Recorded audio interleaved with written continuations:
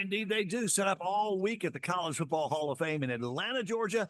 It is SEC Football Media Days 25. Our Colin Lacy and Brent Osborne hanging out with us there all week on the second floor of the Hall of Fame. Digital Drive is where they're at. Mike Grace in one side of the Atlanta Metro, Mike Mote on the other side of the Atlanta Metro. By the way, can I just go ahead and mention, yes, we love the SEC, and it is predominantly the conference we talk about. But I promise you, in coming weeks, we're going to talk ACC.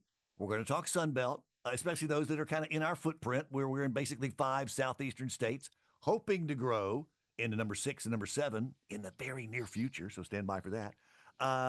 So we'll do that later. But it's the SEC now, right? Yeah, SEC rules. Sunbelt has them a new member, by the way. They do indeed. They do indeed. A 14th. The Louisiana Tech is back as a member. Weren't they? Yes, they were in it before. Yeah, and then when everything went and kind of merged together with some of the Conference USA teams, right? Louisiana Tech was left out. I think Louisiana Tech was catching kind of up with the team out. Yeah. It's nice to. It's where they belong in terms of footprint. It makes absolutely the most sense to have them there with ULM and Lafayette and Texas State and those guys. So, Conference USA is next Tuesday. Sun Belt is next Tuesday and Wednesday, and the ACC Tuesday, Wednesday, Thursday, along with the Big Ten and others. There's still the MAC and the American will do theirs later in the month as well. So we'll get around to those when the time is being. But we're at the SEC now, and the man at the SEC is Greg Sankey, commissioner, the 8th commissioner of the Southeastern Conference. Since June the 1st, 2015, he's been on the job and has successfully built the SEC's, again, recognized success. And pretty much, I mean, has he made himself the most powerful man in college athletics, guys? No, I was telling Brent earlier on when we were eating breakfast this morning that about halfway through this interview with Greg Sankey yesterday, I caught myself thinking, we're sitting here talking to not only the leader of the SEC, but quite possibly the most powerful man in college athletics right now. Because any of these decisions, any of these new developments around what college athletics is going to be, whether it be the commission, whether it be NIL, whether it be salary, whatever it is, the first person that people are going to try to figure out what they think is Greg Sankey. And the whole discussion this week has been the kind of, I don't want to say rift, but kind of the fight between Greg Sankey and the Big Ten of the new college football playoff and what that's going to be, of what the format's going to be. Are we going to have 4 automatic qualifiers and all of that? And we talked a little bit about that yesterday. Yeah. But it all goes through him essentially at the end of the day. And so it was cool to be able to catch up with him. And as much as everybody looks at him from the 100,000-foot view as this big overarching, I don't want to say controller, but that may be the most opportune word, of college football, college athletics, it's really cool how personable he still is, not only with people in the SEC, but with us yesterday, with everybody around Digital Drive. Still feels like you're talking to a real person and not just this big figure. Well, it's really not a stretch to say he is the most powerful man in college athletics, and he had a chance to sit down with our Colin Lacy and Brent Osborne yesterday, SEC commissioner, inside the press box. Catching up with the commissioner of the Southeastern Conference and Greg Sankey. Appreciate you joining us, sir. Thank you. Good to be here. Thanks for being part of Digital Drive, as we call it now.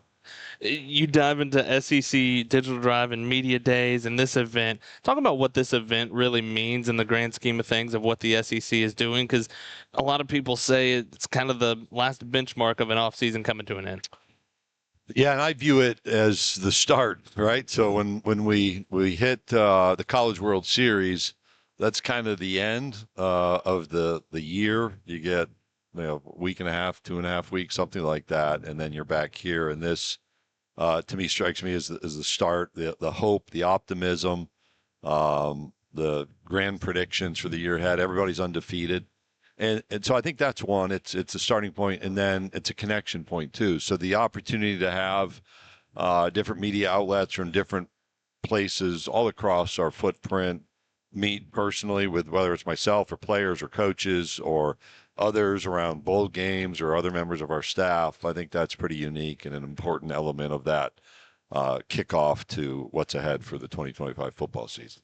Something that we've kind of sat in on and listened to coaches during their opening speeches and stuff like that, and we've heard just about all of them talking about the NIL, salary cap, all that kind of stuff that comes along with it. And, the consistency is what they've asked for, is the transparency and consistency just from the upper echelon of people that are making those decisions. Do you feel like we're kind of moving in that direction of trying to be the consistent and being transparent across the league? There are two elements that have come up most frequently. The word guardrails is the one that for years was identified. We need guardrails for NIL. We need guardrails for this activity. So we have guardrails. Some of those are still in development because of the timing of the settlement approval and the terms of the settlement that require interaction with plaintiffs' attorneys. But we'll work through those as rapidly as we can. And then to the extent we can provide transparency and do that legally and do it in a legally defensible way, we want to seek that opportunity and agree with meeting that expectation of coaches. And I think part of what has to be understood is there's a lot out on social media, and the ability to be transparent in real time with social media, that won't be reality, but understanding what's really happening eventually, yes, I think we can move towards that. How much has this day and age where everybody is an expert, they think, on social media and everything that they put out just goes out instantaneously, how much more difficult has it made this transition of what college football and college athletics is doing? I'd add a couple things. So I used a phrase that I've used in meetings, sudden experts or sudden expertism. Somebody's put in a position and all of a sudden they're an expert. Now, they may be really great at oil and gas. They may be really great at executive search work, but that doesn't mean they're an expert on the intricacies of college sports and the relationships of different issues in college sports. And so you walk in unfettered and you suggest, hey, if we would just do this, we'd solve these problems. Whenever anyone says to me, if we would just do this, I think that they're suggesting a simple solution for a complex problem. The reaction to social media is real. Something's there, and if it's like said about me, and I'm using me generally, everybody knows that's not real. But if it's said about them, well, that's absolutely right. Particularly if it's thinking the worst, and that's like an added duty is to take that incoming. But whatever it is, you have to filter it through a lens of reality. So just coming off of what was a really good season for the SEC football-wise, and looking back a couple years ago, I guess when it was announced that Texas and Oklahoma was going to be joining the SEC, looking back now, or looking back from then into now, after they just finished their first season, how would you say, did it go as smoothly as we had kind of hoped for the last couple years, like leading into it, now that they've got a season under their belts? I think so. We had a very long runway from 2021 to entry in 2024 to prepare. We brought campus leaders, athletics directors, presidents, and chancellors, and then coaches into our meetings. We obviously had interaction during regular season and postseason with both programs anyway, so the familiarity was there. And some of their coaches had been coaches in our league. Oklahoma soccer coach was at Ole Miss. Sark was at Alabama with Nick for a while, so it's not as if we didn't have a level of knowledge. Going new places, I think, has been exciting, whether you're at Oklahoma or Texas, going to our pre-existing 14 members or part of the 14 going to either Austin or Norman. Both are bringing high-level programs consistent with our other high-level programs. I think that makes everyone better and have been good participants in our conversation. And what's nice is we're now to this point where, we're a 16-team league. We've been through this before, and we're just going to do it again. And I think that's when you can really start to make improvement as an organization. One of the things that I love about the SEC, and specifically with you, is there's a lot of conference commissioners across the country that are just kind of the figurehead, that want to be in the office and be that kind of title. You're very different from that. You're out in these schools, you're out in these communities, being able to be in front of a lot of different people. Why has that been so important for you in your tenure here at the SEC? Just really speaking from my perspective, this work is based on relationships. And even though we're much better at video conferencing than we were 5 years ago, I don't think you build relationships through screens. You build relationships through time, and through presence. And I'm reminded of that over and over in interaction. And there are times like in January, hey, I needed to be out on all 16 campuses, spending time with each of our presidents and chancellors. And when you do that, 16 times, that's like 2 straight weeks every day someplace different. And actually, I had a week where I think I was in 10 different cities in 6 days for those meetings. And that takes a toll. You're not able to do a lot more, but I think that's the emphasis on relationships, and that's part of trying to be in communities. And you can't, it's difficult to do as much in the spring as maybe going to football games in the fall because there's a rhythm. And football games don't allow you to deal with big policy issues, but you get to see a lot of people. And in the spring, from like mid-February until the end of June, the pace of our work, meetings, events, championships, the number of sports playing just zooms by. So you don't have as much opportunity to be out and be visible, except around those SEC or NCAA championship things. And I'd imagine those relationships are so much more important whenever you get to the changing times in college athletics that you've had the last couple of years. It is, and I think that's part of building trust as well. When we talk about some of the things that come out, you can then respond and say, hey, okay, you know who I am. Let's wait a second. Let's take a step back and talk through the issue. And again, talking about some different things and some new things that have happened last season and still leading into this season. What was the process like last year when making the move to kind of get rid of divisions, get rid of the SEC West and the SEC East, and kind of just combining it? What was that process like? Moving away from divisions is a conversation that began in 2018.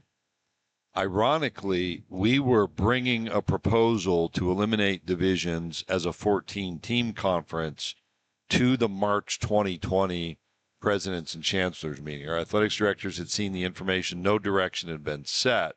We were bringing the model for presentation to our presidents and chancellors on literally the week that we shut down because of COVID. So all of that work went on the shelf as we worked through COVID. When you came back to 2021, suddenly the Oklahoma and Texas opportunity was real, and the moving away from divisions became part of the growth to 16.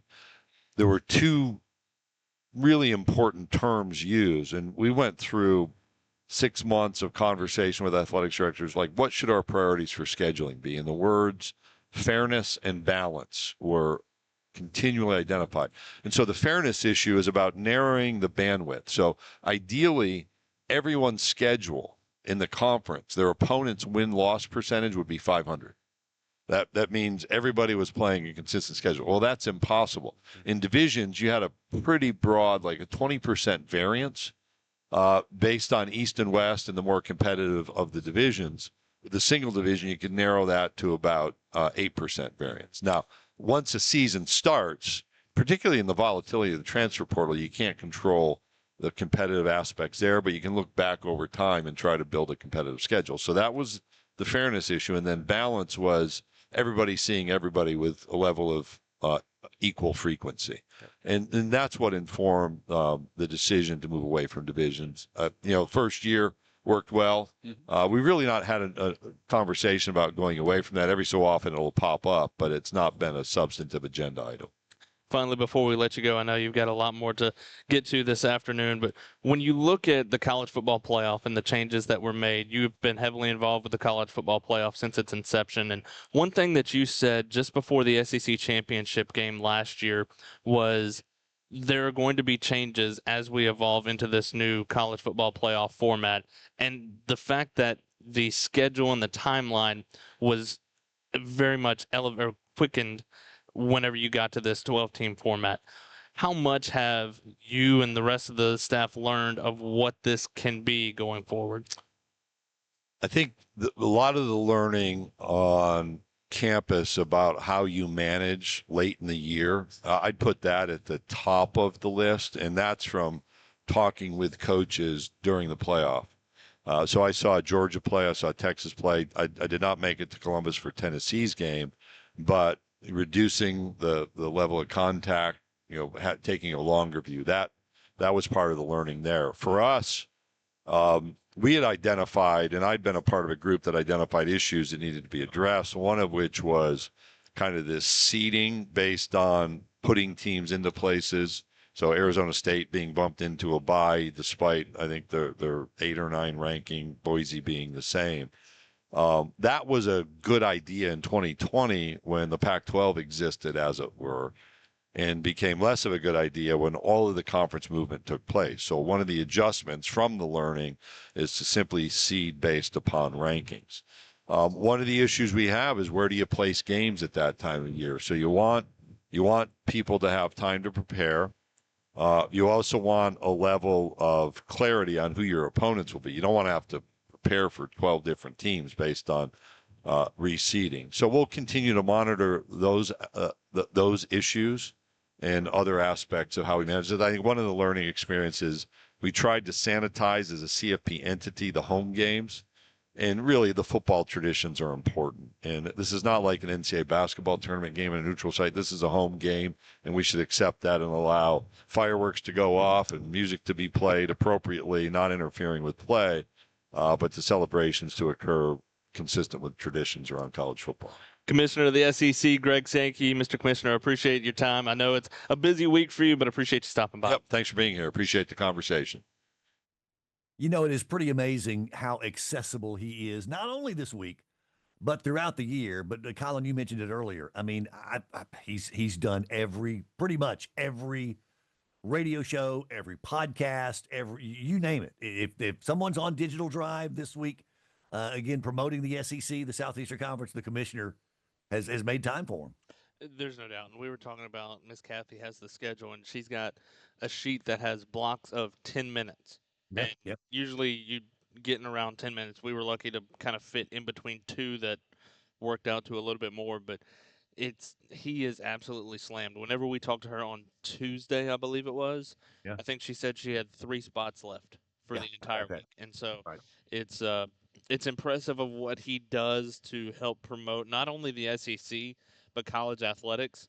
And just a really impressive human being and a really impressive ambassador for the sport.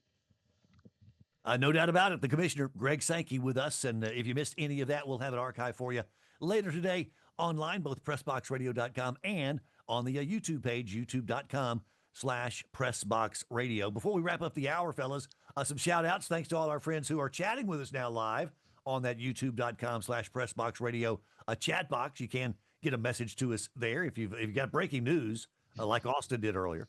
And then if you've got a shout out, we do some shout outs before the hour's out. We got to give a shout out to one of our listeners that's new to the show, but been with us for a while. Been with us for a long time.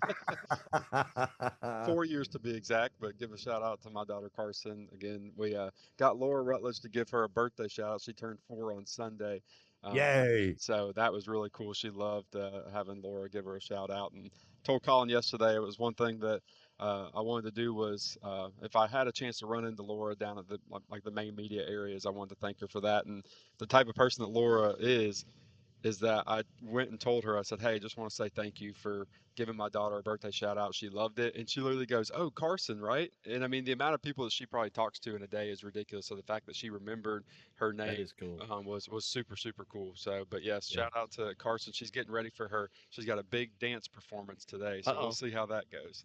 Oh, wow. Well, best of luck, Carson. Knock that out. Also, thanks to Nathan and Peyton for letting their dad hang out with us this week in Atlanta at SEC Football Media Days. That's where our Colin Lacy and Brent Osborne have been all week. One more day today, and we'll talk about, again, the lineup with Missouri, Kentucky, Arkansas, and Texas A&M coming up in hour number 2. Mike Mote back in Douglasville, Georgia. Mike Grace in Swanee, Georgia. And you on great radio stations around the Southeast, online at PressBoxRadio.com, or watching live on YouTube.com/PressBoxRadio. When we come back, hour 2 starts with Gary Stockman, CEO and president of the Peach Bowl, Inc. We're just 44 days from the Kickoff Classic. We'll talk about it next inside the Press Box.